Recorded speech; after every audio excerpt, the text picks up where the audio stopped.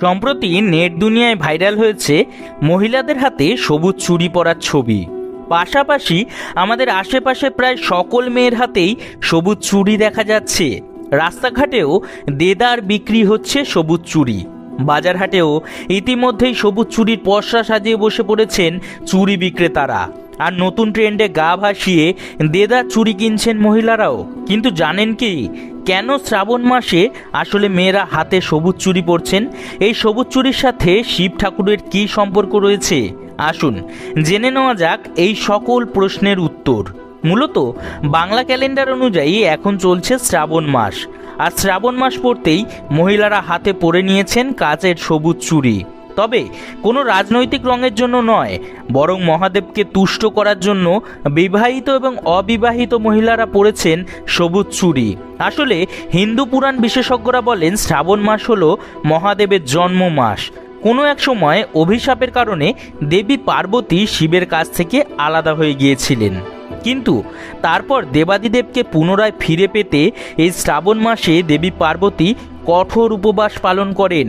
সেই সঙ্গে হাতে সবুজ চুড়ি পরেছিলেন তার ভালোবাসা ও ভক্তির প্রতীক হিসাবে। এদিকে পার্বতীর এই প্রচেষ্টা সম্পর্কে কিছুই জানতেন না ভগবান শিব। তিনি বনে বনে ঘুরে বেড়াচ্ছিলেন। হঠাৎ সবুজ চুড়ি পরা এক সুন্দরী মহিলাকে দেখে তার সৌন্দর্যে মুগ্ধ হন মহাদেব। তখন তিনি সেই মহিলার কাছ থেকে তার পরিচয় জানতে চান।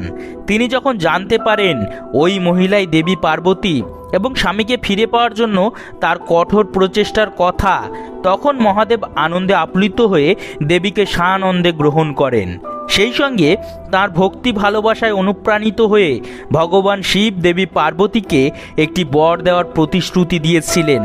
পুরাণ বিশেষজ্ঞরা আরও বলেন, পার্বতী তখন বলেছিলেন যে সমস্ত বিবাহিত মহিলারা শ্রাবণ মাসে সবুজ চুড়ি পরবে তারা যেন তার মতোই সুখী ও সমৃদ্ধ বিবাহিত জীবন লাভ করতে পারে। ভগবান শিব বর প্রদান করে তার ইচ্ছা পূরণ করেছিলেন। হিন্দু সংস্কৃতিতে অনেক বিবাহিত মহিলাই শ্রাবণ মাসে সবুজ চুড়ি পরেন ঐশ্বরিক দম্পতির আশীর্বাদ লাভ করে সুখী বিবাহিত জীবন অতিবাহিত করার জন্য। প্রসঙ্গত, শিব পার্বতীর পৌরাণিক কাহিনীটি প্রেম, ভক্তি ও স্বামী স্ত্রীর মধ্যে বন্ধনের তাৎপর্যকেই তুলে ধরে এই চুড়ি।